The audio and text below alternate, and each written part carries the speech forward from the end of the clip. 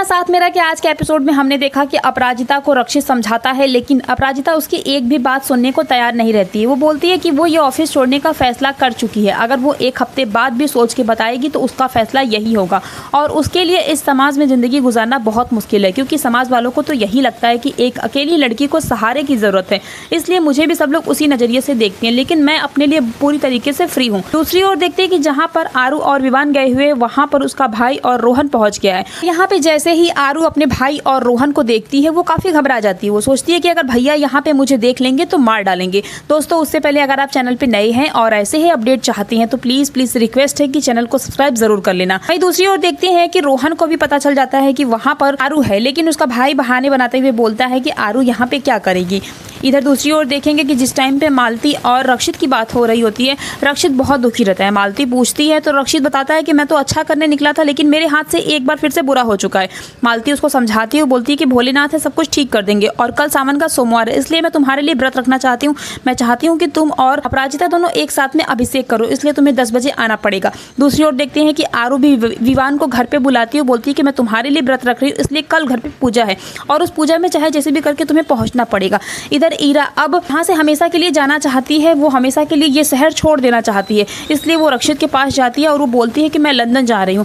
रक्षित बोलता है कि कोई ट्रिप है क्या? ईरा बोलती है कि नहीं, मैं हमेशा के लिए छोड़ के जा रही है। सुनने के बाद रक्षित बोलता है कि ऐसा तुम क्यों कर रही हो? ईरा बोलती है क्योंकि मैं खुद को ढूंढने के लिए ये सब कुछ कर रही हूँ, मैं तुम्हारे प्यार को पाने के लिए मैं क्या से क्या बनती चली गई हूँ, लेकिन इसमें तुम्हारी कोई गलती नहीं है। बस ध्यान देना कि मेरे जाने के बाद ज्यादा मस्ती मत करना। उस टाइम पे उसकी मासी आ जाती है और वो बोलती है कि तू सच में गधा है, तू इसके प्यार के लायक ही नहीं है।